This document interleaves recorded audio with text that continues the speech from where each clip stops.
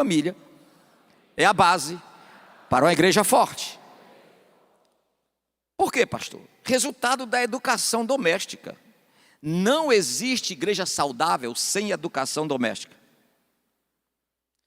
Nós antigos, que vivemos sob a tradição, aprendíamos, já que nossos pais não tinham estudo, que costume de casa, eu sou na igreja, eu sou na sala de aula, eu sou na sociedade, eu sou no trabalho, que primeiro eu sou em casa. Isso é fato. Há uma palavra no latim chamada sine qua non, sem a qual é isso. Eu sou no público que eu sou, domesticamente falando. Então, se eu preciso de uma igreja forte, eu preciso de um resultado de uma boa educação doméstica, ensinando comportamento, valores agregados ao crescimento da mesma, bem como formatação de sujeitos geradores de sujeitos saudáveis. Meu pai me gerou saudável para me gerar sujeito saudável, e para os meus sujeitos gerados por mim, gerar sujeitos saudáveis. E isso depende de quê? De um preço. Depende de um preço que nós não queremos pagar.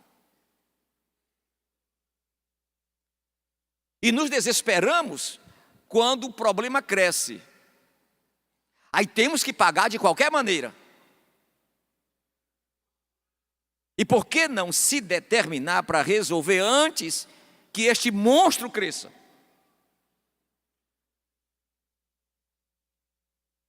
Lá em 1 Pedro 2,9, nos diz, 1 Pedro 2,9, nos diz que, 1 Pedro 2,9, que nós somos, como igreja tirada da sociedade, uma geração que não precisa se preocupar em conquistar. Estamos eleitos. Mas também exercemos o papel de sacerdócio, que é o papel de conduzir as pessoas perdidas a Deus. E em terceiro lugar, nós somos a nação, um povo exclusivamente separado da cultura que destrói os valores espirituais, santidade. Por último, eu eleito, assumindo o papel de transferir as pessoas doentes para a cura em Deus, me separando desta cultura errada, eu me torno um proclamador das justiças que Deus um dia criou através do seu Filho Jesus. Então cabe a mim como família anunciar para os meus amigos que está errado. Mas se eu falar eles não aceitam. Temos que saber falar. Na pior das hipóteses, se não podemos falar, não podemos aceitar. Não podemos ser consumidos, violados, vilipendiados por uma cultura que é maligna, infernal, diabólica. Por que nossos filhos se perdem quando chegam no primeiro semestre da faculdade? Porque não foi plantado nada no terreno mental. Nós acordamos, trabalhamos e dormimos e não criamos os filhos. Eu chego cansado em casa, pastor, e não vai cansar muito mais lá na frente para resolver o problema? É uma questão de definir tarefas. Não sei se vocês viram no Instagram meu, uma criancinha orando por mim, vocês viram? Eu fiquei curioso e conversei com os pais. São contadores, trabalham muito, mas não vão dormir sem antes irem no quarto orar com ela. Acordam cedo e antes de deixar no colégio, oram com ela, ensinam-lhe a palavra. Quando na semana passada eu estava no número 2 médico em São Paulo e mostrei o vídeo, o médico judeu que me operou chorou e disse: essa criança é um fenômeno. A médica olhou para mim e disse assim: ela é de outro mundo. É de outro mundo. Gostei da resposta da médica. Ela é de outro mundo. Nós estamos no mundo, mas nós não somos deste mundo. Bendito seja o Senhor.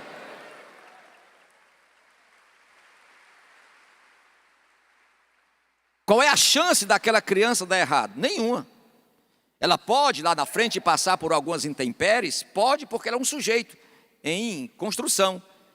Mas os valores que estão ficando nela são insubstituíveis, que nós não estamos colocando nos nossos.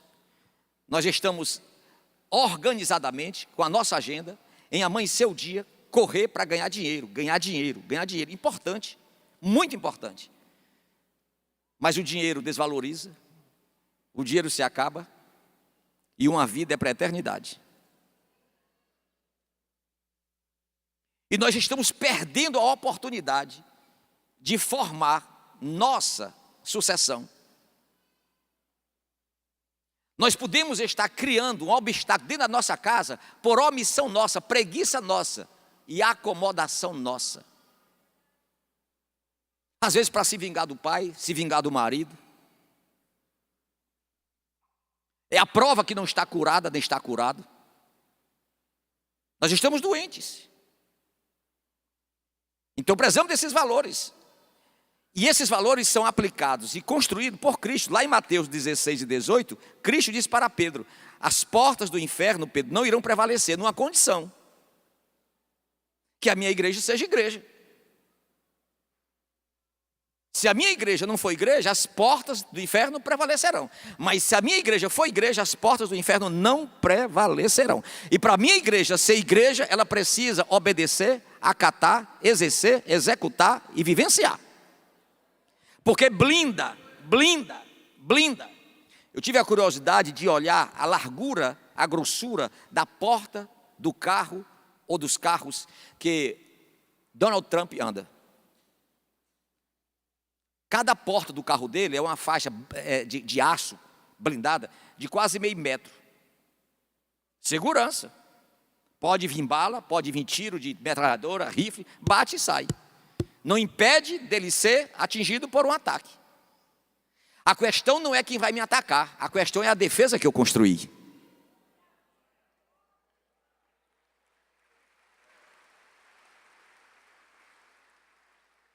Diga comigo, não importa quem vai me atacar, a defesa que eu tenho é antiaérea. Essa defesa é espiritualidade, é minha educação, é a minha organização, é a minha anulação do meu ego, do meu eu. Porque o grande problema hoje que está sendo destruído dos filhos é a briga dos pais. Um mais egoísta do que o outro, um mais avarento do que o outro. Não existe amor? Mateus 14, Mateus 24 e 12. Por se multiplicar o mal, o amor se acaba. Não temos mais amor. Nós temos conveniência, oportunismo. E fazendo muitas pessoas sofrerem. Inclusive dentro de casa. Porque não oramos, não lemos a palavra. Nós não temos uma vida piedosa. Isso é muito duro o que eu estou dizendo, mas é a verdade. O nosso tempo é para os nossos sonhos, os nossos projetos, esquecendo o principal dele, que vai nos trazer transtornos lá na frente. Então, se tivermos consciência que vai trazer transtorno lá na frente, resolve agora. A questão é que nós temos consideração às amizades que nos destrói e não temos respeito àquilo que nós produzimos que nos constrói. Em 1 Coríntios 15:33 diz que as más conversas, as más companhias corrompem os bons hábitos, a boa educação. Você já observou que quando a gente come, por exemplo, eu ingeri agora à tarde 3 antibióticos, estou aqui passando mal, minha pressão está baixa, estou suando frio, é algo que entrou no meu estômago, que o meu estômago está inquieto. Se fosse um alimento, até esse remédio ser dissolvido, eu vou ficar aqui com dor. Mas se fosse um alimento, eu tinha que fazer 2 coisas que os antigos nos ensinavam. Colocar o dedo na boca para ele vir, sim ou não? Fala comigo. Ou então beber uma água morna para ele ser extraído, sim ou não? Enquanto não fizer isso, ele vai me fazer mal. A gente come pelos olhos, pelos ouvidos e pela boca.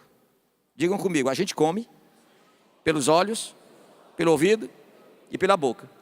Amizades que às vezes a gente não tem coragem de desfazer, mesmo fazendo mal a gente, e nos prejudica.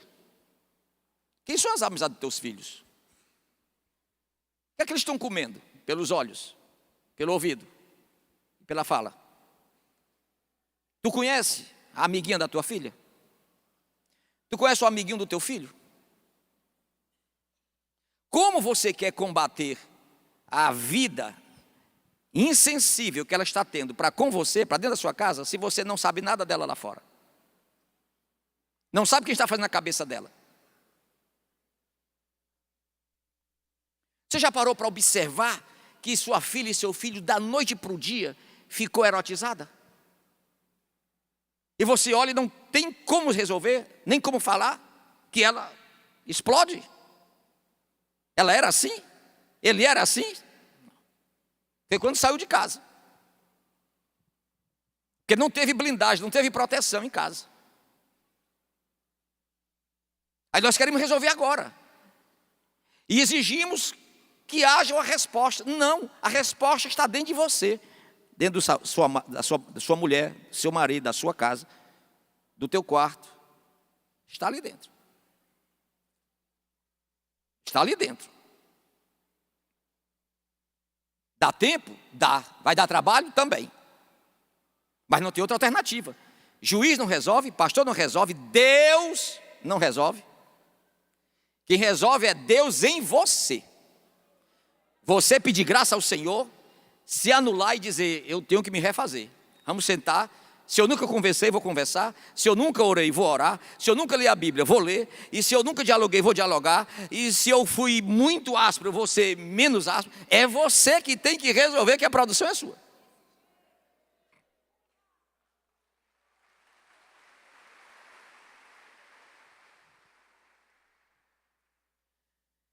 Quem precisa fazer, ou o que precisa fazer, pastor, para observar essas verdades?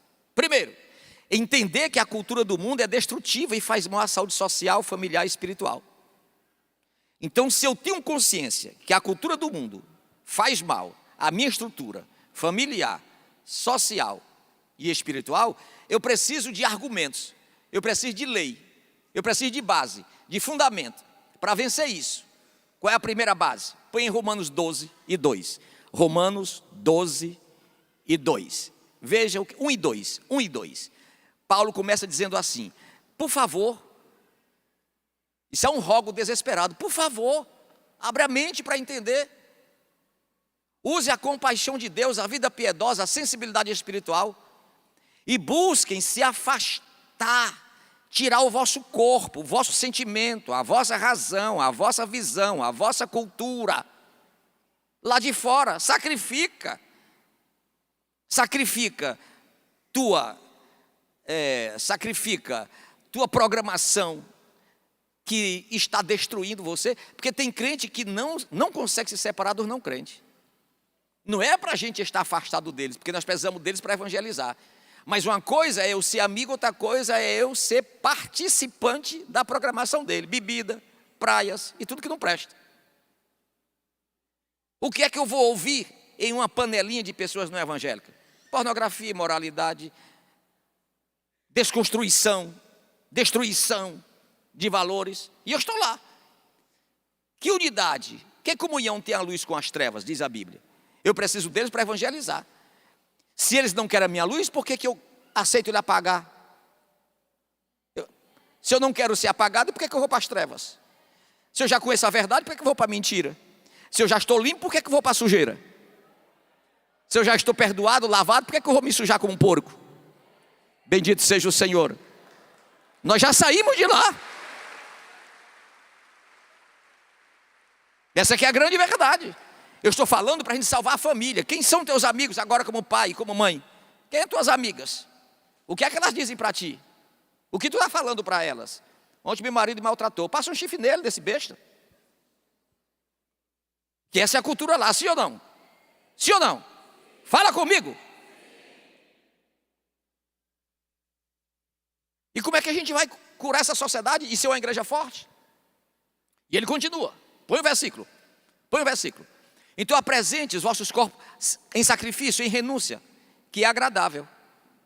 E é um culto. Aí ele diz, como é que eu faço isso? Versículo 2. Rejeitando o mundo, não se conformando. mas buscando a transformação pela renovação do entendimento, do crescimento. Do crescimento, é aqui, é na mente, para experimentar qual é a boa, agradável e perfeita vontade de Deus. Então, veja bem, como é que eu vou recuperar os meus filhos, como é que eu vou fazê-los crescer, se eu não estou nem aí para o que eles estão fazendo? Põe aí 1 João 2, 15 e 17. 1 João 2, 15 e 17, o apóstolo amado diz o seguinte: pare de amar o mundo, de querer o mundo, de gostar do mundo, de ser simpático ao mundo, nem a produção que há nele.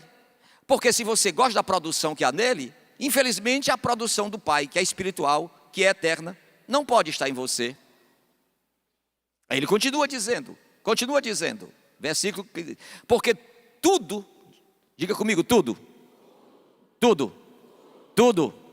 internet, Instagram, TikTok, e seja o que diabo for, e capeta for, não vem de Deus.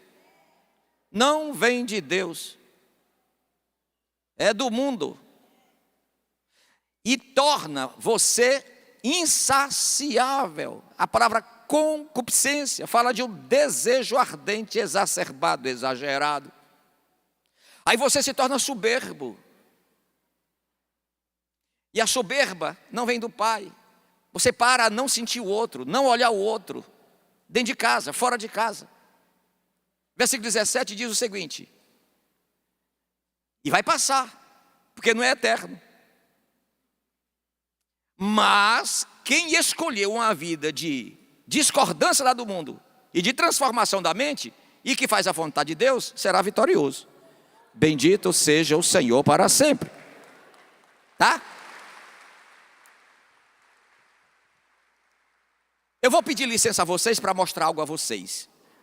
Eu vou pedir licença a vocês, toda atenção, para de conversar. Eu vou pedir que você olhe para o telão. Eu vou colocar algo para vocês verem. E esse algo que eu vou colocar, inclusive, está dentro das igrejas. Está dentro das igrejas. É uma jogada do inimigo para nos destruir. Ninguém está vendo. Porque o mundo está dividido em dois ângulos, dois blocos. Oriental com Ásia e ocidental, que somos nós. Então preste atenção, eu queria que colocasse som e observasse a fala desta especialista. Solta aí, por favor. Enquanto só se fala em Venezuela, ninguém enxerga o que está acontecendo agora, na China e no Brasil. Uma batalha silenciosa que você não faz ideia. Nessa batalha, enquanto a China treina gênios, o Brasil treina patetas. Lá, uma criança de 7 anos passa horas aprendendo matemática, música, tecnologia. Aqui, a mesma idade domina o quê? Dancinha e coreografia da influencer favorita para viralizar. E aí eu te pergunto, quem está vencendo essa guerra que muitos fingem não existir? Um cresce estudando estratégia, disciplina, visão de longo prazo, e o outro vivendo de curtida e validação instantânea. Adivinha qual deles vai construir o futuro? Você acha que isso é só diversão, mas é engenharia perspicaz da atenção. É assim que se programa o pensamento de uma geração inteira. Tudo começa estrategicamente na infância. Em alguns países, o tempo de aplicativos é limitado, pensado para educar desde cedo. Seria exagero? Aqui, uma avalanche de dopamina te deixa improdutiva e cansada, desde a mais tenra idade. E aí você cresce se comparando com outras profissionais que fazem dancinha, coreografia, e ainda acha que esse é o caminho certo para se destacar na internet. Você entra nesse ciclo vicioso da comparação. Ao invés de criar conteúdos, você procrastina. E a geração que trocou disciplina por dancinha ganhou o superpoder da rolagem de feed infinita. O preço, seu foco, sua energia. Porque enquanto os jovens se distraem, o futuro cobra seu preço. Qual a sua opinião sobre isso?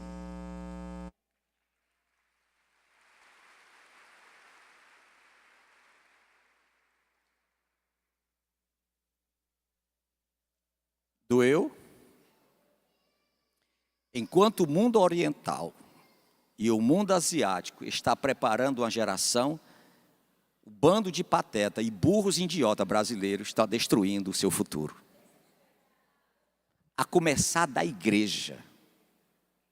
O diabo é tão perspicaz que está dentro da igreja um grupo de mulheres, mães, líderes de jovens, também nas dancinhas, usando os hinos bem aquecidos para fazer dancinha em beira de praia, verdadeiro besterol. Quer dizer, o diabo entrou, nem precisou demolir muros que não tem mais. Nós estamos totalmente expostos. E vocês pensam que essa pregação vai influir em alguma coisa? Eu estou irritando vocês. Porque nós estamos tão petrificados, tão cristalizados, que a gente não aceita. A gente quer dopamina, como ela está dizendo. A gente quer alegria, emoção para valer. A gente quer Coca-Cola.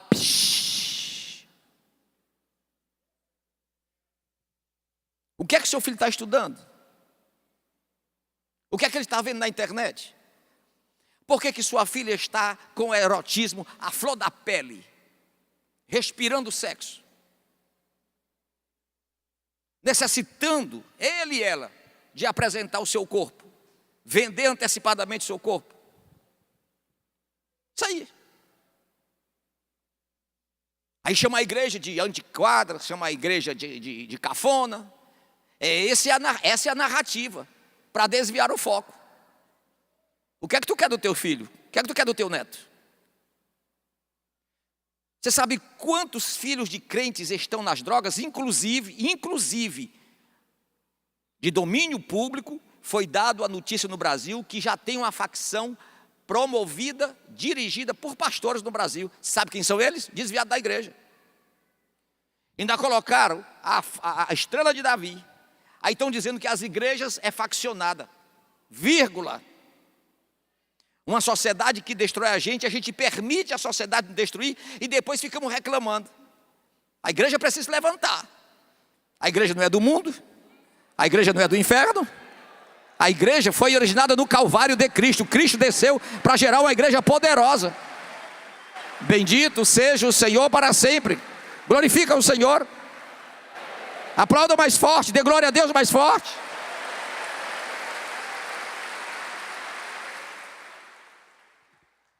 O que é que eu faço para mudar, pastor? Entender que a cultura do mundo é destrutiva. Segundo, mudar com esforço nossos hábitos horizontais, que desvirtua a dimensão vertical.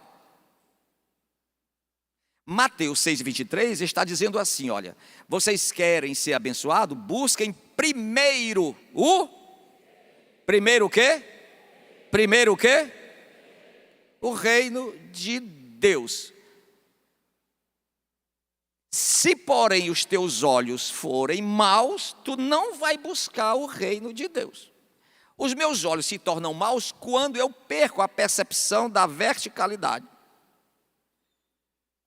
Estou fixado nas coisas daqui de baixo, na vaidade, no entenebrecimento da minha mente, na busca pelo sucesso. Isso é ruim? Não. Acontece que Deus não nos fez maiores do que Ele, e Ele é que administra o tempo. Não adianta essa pandemônica transloucura de querer cedo na noite pro dia. Ninguém quer mais trabalhar, ninguém quer mais estudar. Está todo mundo querendo apresentar uma dancinha glúteo para viralizar e ganhar dinheiro. Nós temos uma sociedade burra. Viralizou nas redes sociais e vocês viram o presidente da República desse país dizer que não é para estudar. Você tem noção disso? A gravidade disso? Você sabe onde afeta isso? Não afeta lá na sociedade, não afeta a igreja. Porque quem não tem conhecimento, também não tem discernimento. Quem não tem conhecimento, não tem discernimento. Quem não tem iluminação, vive nas trevas. Já estamos diante de uma sociedade que não trabalha, não quer se esforçar. Nós estamos com 47 milhões de pessoas sem fazer nada, ganhando dinheiro às nossas custas, dos 37 milhões de carteiras assinadas. Você quer o quê? Você quer o quê? Não estou falando aqui um discurso político, não. Eu estou dizendo que ou a gente muda os valores, ou nós vamos ser soterrados. E só quem pode mudar essa estrutura é a igreja. Deus levantando pastores honestos, levantando pastores sérios, levantando pastores homens de Deus, para educar, para ensinar, para reverter esse quadro. Bendito seja o Senhor. E a igreja. Por esta razão querem matar a igreja e nós estamos nos matando, nos omitindo. A igreja, a esperança, eu estou passando. Daqui a 12 dias eu completo 66 anos. Já estou perdendo minhas forças. Cadê os nossos filhos? E quando eles aparecem, querem ser maior do que nós. Porque não tem criação em casa. Não tem hierarquia. Eu hoje assisti um programa de um indiano que veio morar no Brasil, em São Paulo, e abriu um restaurante indiano. E achei muito interessante quando perguntaram a ele, o que é o seu restaurante? Ele disse, Deus. Aí eu fiquei preso na matéria. Restaurante, comida, Deus? Isso é. Como assim? A repórter perguntou.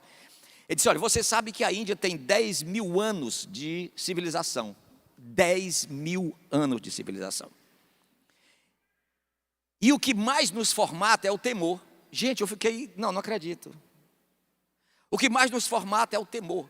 Então, eu tenho por obrigação, quando chega alguém no meu restaurante, eu receber com a minha saudação transcendente. Eu faço isso e digo, o Deus que está em mim, abre as portas para o Deus que está em você. Aí ele diz, a comida não é apenas um momento para satisfazer o ventre.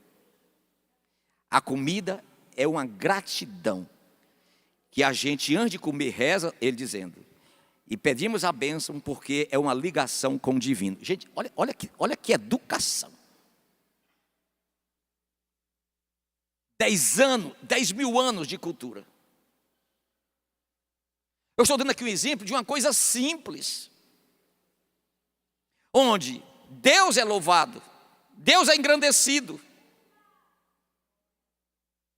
Por que uma sociedade dessa não dá certo? Por que prosperam?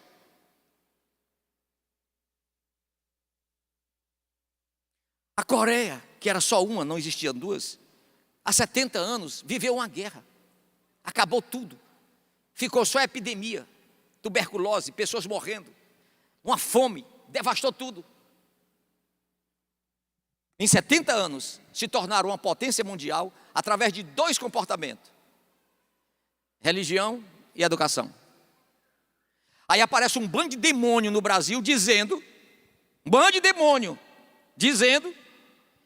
que o país que tem evangelho é um país pobre. Está surgindo essa onda no Brasil, essa nova narrativa, para acabar com a religião, porque onde tem um país religioso demais, é um país pobre. E quem segura as fronteiras é a igreja? Quem é responsável para criar mão de obra é a igreja? A igreja é quem governa o país? Quem arrecada impostos para dar o direito de ir e vir é a igreja? Acontece que quem vai revidar se ninguém sabe de nada? Se ninguém pode estudar? A igreja cuida da alma e não de estrada, de construção, de imposto. A igreja não rouba imposto, quem rouba imposto são eles.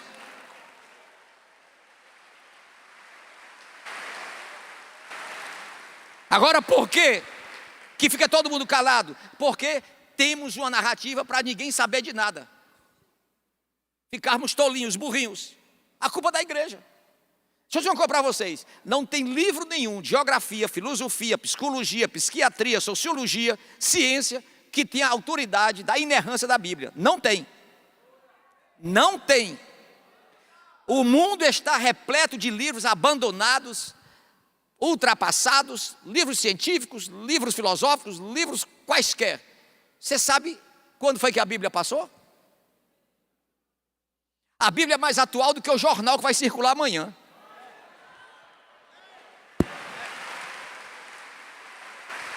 Bendito seja o Senhor para sempre. Essa é a revolta contra a igreja. E nós já estamos calados. Estamos perdendo os nossos filhos.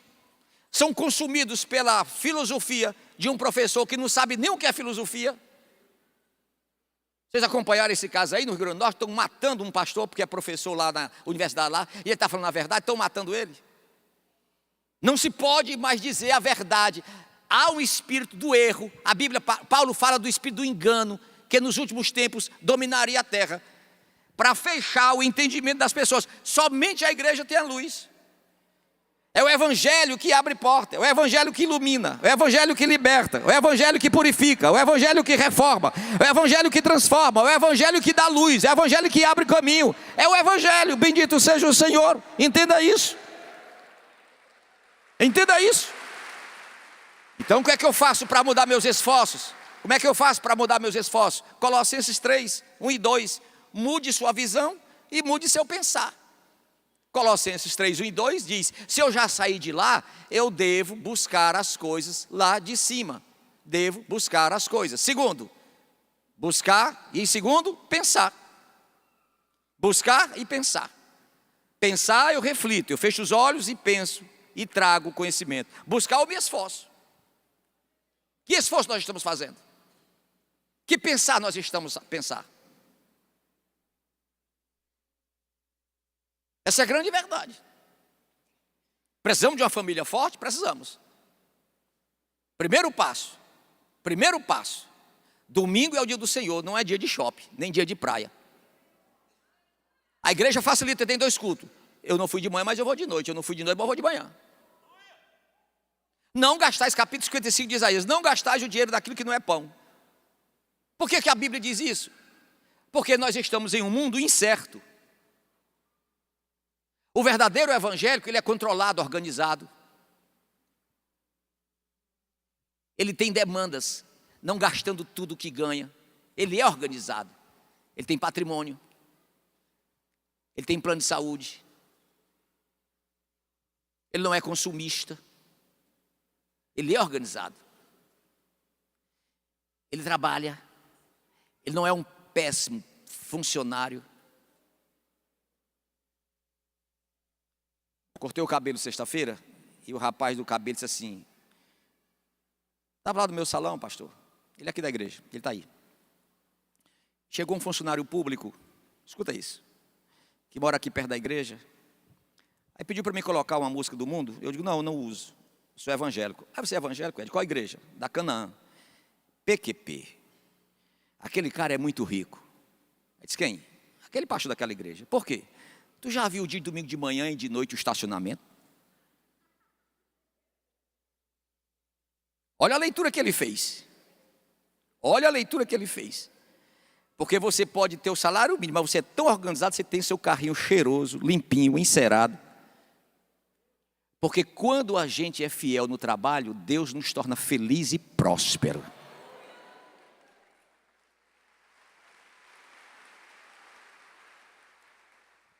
A igreja não está tão cheia, mas vale no estacionamento para tu ver. O tanque pode não estar cheio de combustível, não tem problema, mas dá para vir para a igreja e voltar para casa. A casa do crente é para ser bonita, a roupa é para ser bonita.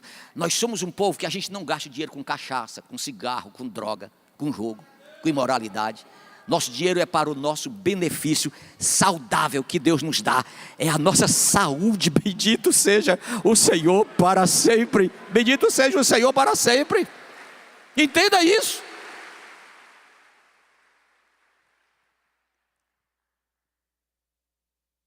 Terceiro, como compreender para mudar, né, pastor? Entender que a cultura é do mundo. Segundo, mudar nossos esforços. Terceiro, conjugar esforços para ter tempo de formar, criar nossos filhos, plantando a palavra de Deus em seu solo mental. Se você não fizer isso, essa mensagem de hoje nada é a mesma coisa. Vocês têm que sair daqui hoje diferente, chamar a esposa, conversar, vamos ser diferentes. Parar as brigas, parar as indiferenças, que a responsabilidade é grande sobre nós. De onde vem o desvio sexual? De casa. Alô? De onde viu o desvio sexual? De casa. Posso entrar no assunto? A filha vê que a mãe é o pai, e o filho vê que o pai é a mãe.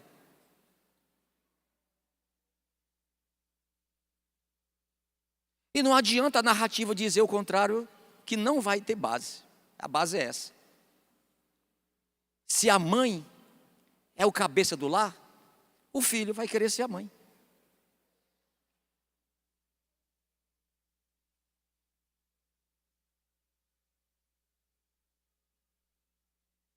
E vice-versa. O filho vai achar legal. Papai é legal. O papai é a mamãe é o papai, ou você é a mamãe. Você vai ter uma menina e um menino diferente. Você acha que Deus faz alguma coisa errada? Deus faz alguma coisa errada? Deus faz alguma coisa errada? Se você tiver um tempinho de ler a Bíblia, você vai ver como Deus fez bem certinho. Estava lendo hoje a história de Israel, que estou preparando as aulas para a viagem, e achei uma coisa muito interessante. Deus disse para Abraão, ei, não quero que você case com gente de outro clã. Aí ele casa com Sara e nasce Isaac. Aí Deus disse para Isaac, aí Abraão disse para Isaac, não quero que você case com gente de outro clã. Você sabe o que significa isso? Pessoas sem o mesmo viés, sem a mesma visão, sem o mesmo Deus. Aí Jacó comete um crime e vai embora. Mas vai para onde? Para a casa do tio, chamado Labão. E casa com a pessoa do clã.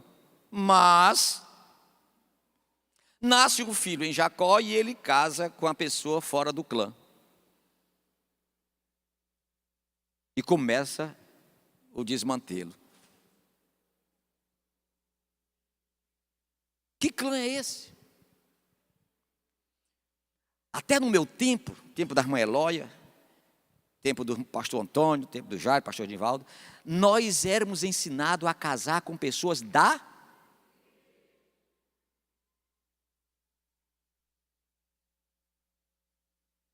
Aqui na Canaã, nesses 26 anos, o que tem chegado de pais chateado, porque eu digo, não vou celebrar esse casamento. Porque casa a filha na maior tranquilidade com um cara que não sabe nem quem é, com 3 meses está separado. Porque ela quer, claro, ela já consumiu a autoridade dele, ele não criou ela.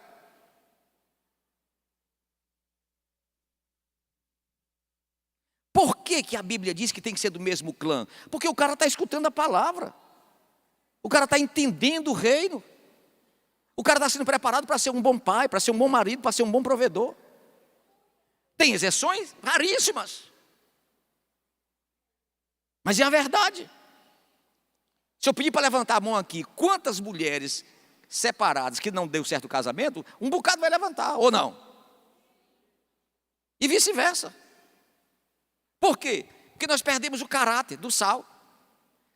E maldição para cima dos filhos. Podemos reverter o quadro? Você está vendo como ninguém está dando glória a Deus? Isso não é culto não, gente, isso é chibata mesmo.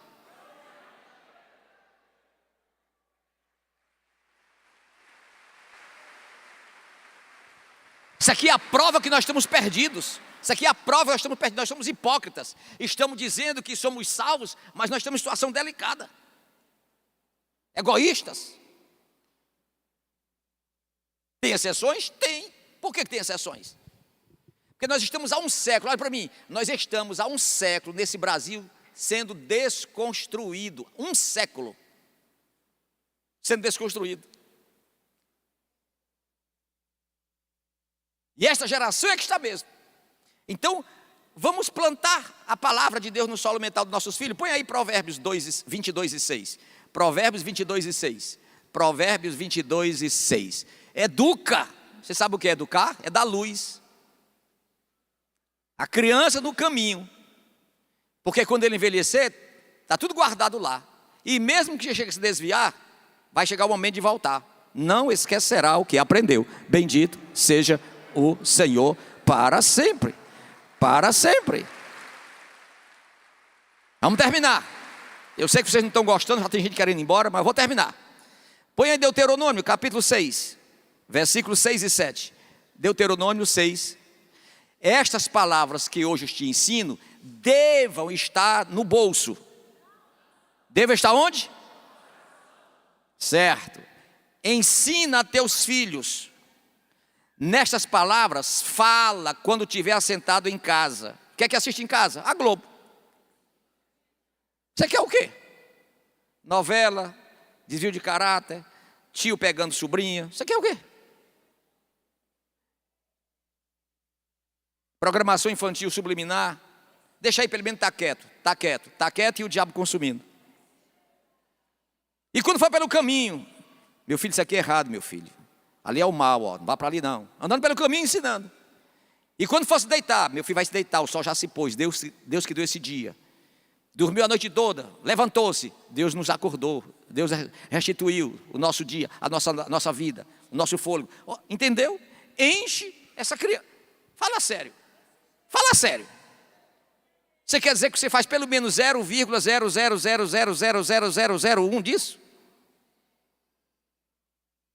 O menino nem sabe o que é que vem fazer aqui. Sabe que você traz ele para cá, vai crescer? Não, eu escuto isso. Não, meu pai levava eu para a igreja, mas eu nunca fui crente.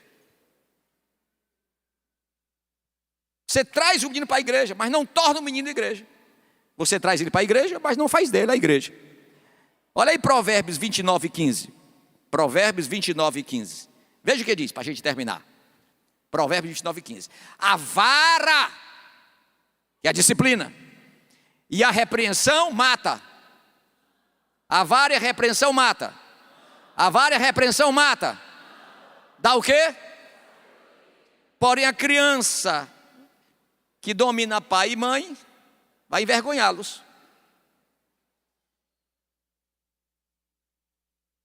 Aí o Estado entra malignamente e dá um toque.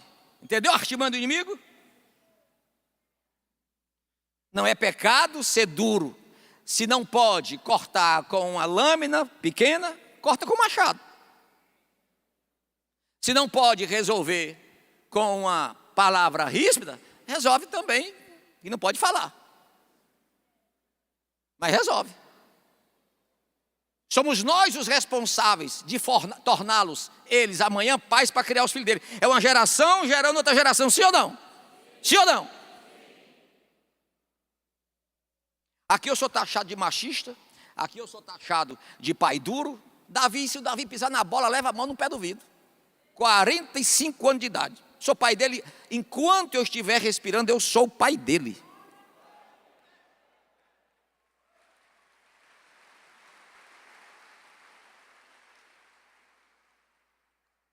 Deixa eu contar um negócio para vocês. Eu sei que o tempo está passando, não estou nem preocupado não, daqui para frente vai ser assim.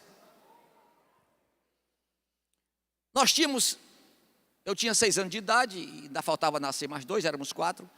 E meu pai tinha uma merceariazinha, aqui na Érico Mota, perto da Igreja Redonda. E amanheceram o dia de bico um com o outro, meu pai e minha mãe. Minha mãe mandou um bilhete para o meu avô, João Ferreira de Souza. O bilhete passou uma semana para chegar lá em Itapajé, bem aqui.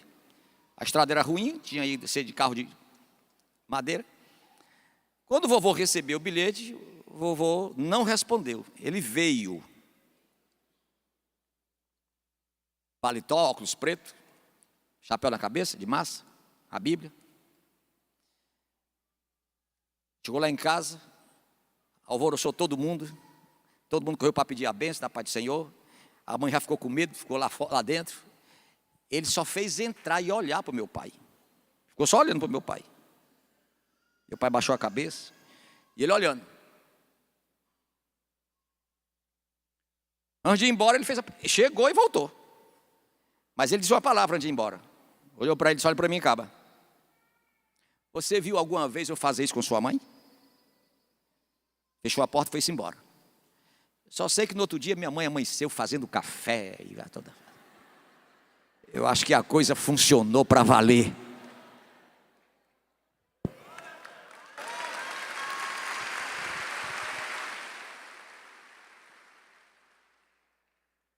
Alô? Bendito seja o Senhor. Casado, pai de 4 filhos, mas o velho era pai. Hoje em dia, o menino bate na cara do pai, bate na cara da mãe, e quando cresce, vai para as drogas e mata. Está direto no Brasil o filho matando pai e mãe, ou não? Monstro. Não, ele foi construído. Termina ou continua? Vou terminar. Por último, blindar-se contra as falsas heresias, os falsos mestres e falsos pastores que estão destruindo o conceito da verdade da igreja. Ou a gente toma essa decisão, vamos se acabar. Mateus 7, 15, 16 e 20. Mateus 7, 15 e 16. São Mateus 7, 15 e 16. Acautelar a igreja. Cuidado com os falsos profetas que vêm até vocês vestidos como ovelha, tudo santo. Interiormente são lobos devoradores. 16. Por seus frutos o conhecereis. Porventura colhe-se uva de espinheiros ou figo de abrolhos? Versículo 20. 20. Portanto, pelos seus frutos conhecereis. Dá para conhecer. Basta olhar que tipo de igreja, como tirar oferta, o que explora, o que cobra inscrição, a baderna, a ausência da palavra, basta olhar. Mas a nossa família não tem mais conteúdo, não tem mais base. Essa aqui é a verdade. Então, ao invés de igreja, estão indo para shows. E estão perdidos e se perdendo. Para terminar, Mateus 24 e 11. Veja o que diz Mateus 24 e 11. Vigia contra os falsos profetas. Surgirão muitos falsos profetas e enganarão a muitos. Enganarão a muitos por quê? Porque a multidão está despreparada. E quais são suas características? Para terminar, fazem da fé comércio. 2 Pedro 2 e 3. São arrogantes. 2 Pedro 18. E dão falso testemunho. Salmo 101, versículo 7. Então Paulo fez a grande advertência. Terminando, 1 Timóteo 4, 1 e 5. Paulo adverte a igreja dizendo, 1 Timóteo 4, 1 e 5. Paulo adverte a igreja dizendo o seguinte: cuidado, o Espírito está dizendo que nos últimos tempos apostatarão, se afastarão da fé, dando ouvido a espíritos enganadores e a doutrina de demônios, pela hipocrisia de homens que falam mentiras, cauterizando a mente das pessoas, proibindo o casamento, ordenando a abstinência dos alimentos que Deus criou para os fiéis, para os que conhecem a verdade, a fim de usarem deles com ações de graça. Porque toda criatura de Deus é boa, e não há nada que rejeitar, sendo recebido com ações de graças. Tem que ir para a graça de Deus, porque pela palavra de Deus e pela oração santificadora é que a gente se transforma. Se vocês não entenderem isso, nós estamos perdendo o nosso tempo aqui. Eu quero terminar dizendo para vocês que agradeço a atenção. Hoje eu não estava em condições de pregar, estou até melhorando já. Mas que vocês assumam um compromisso hoje. Você que está brigado com a mulher, você vai chegar em casa e vai dar uma brigada maior. Aí pega ela para valer. Seja aqui. Vamos primeiro acertar as contas. E chulepo. E depois vamos conversar. Vamos cuidar dos nossos filhos. A partir de hoje, eu sou o marido. Chama os filhos. Dobra os joelhos. Eles vão rejeitar. Segunda vez eles vão aceitar. Terceira vez eles vão orar. Vamos criar hábitos. Crie o seu filho para não ser mal educado. Crie o seu filho para não ser insubmisso. Põe ordem na sua casa. Você vai ver como Deus vai prosperar as tuas finanças. Vai prosperar o teu patrimônio. Vai abençoar o amor de vocês. Vai chegar a cura divina na tua casa. Portas irão se abrir. Bendito seja o Senhor. Teus filhos irão casar bem. O devorador vai sair lá das finanças da loja, da empresa. Começa hoje. Termina o culto aqui, lanche vai para casa. Minha filha, é hoje que a coisa vai mudar. Hoje eu assumo a soberania do meu sacerdócio. E você assume o palácio da nossa casa, que você é a rainha. Vai ser diferente. Daqui a pouco eu vou ver os carros chegando aí, a família entrando, marido, mulher, os filhos. Daqui a pouco, vocês estão vendo nossos filhos crescendo, sendo pastores, casando com um médico, sendo advogada, sendo juíza, sendo próspero. Porque é promessa de Deus. Se é promessa de Deus, vai se cumprir. Bendito seja o Senhor para sempre. Obrigado, Senhor. Como pastor, como pai, como sacerdote, mesmo doente, entreguei essa palavra e já estou preparando a de domingo. Vai mudar. Diga, está mudando. Diga, Deus falou comigo. Fala, Deus falou comigo. Abençoe que vão servir com as suas contribuições para a tua casa, em nome de Jesus. Amém.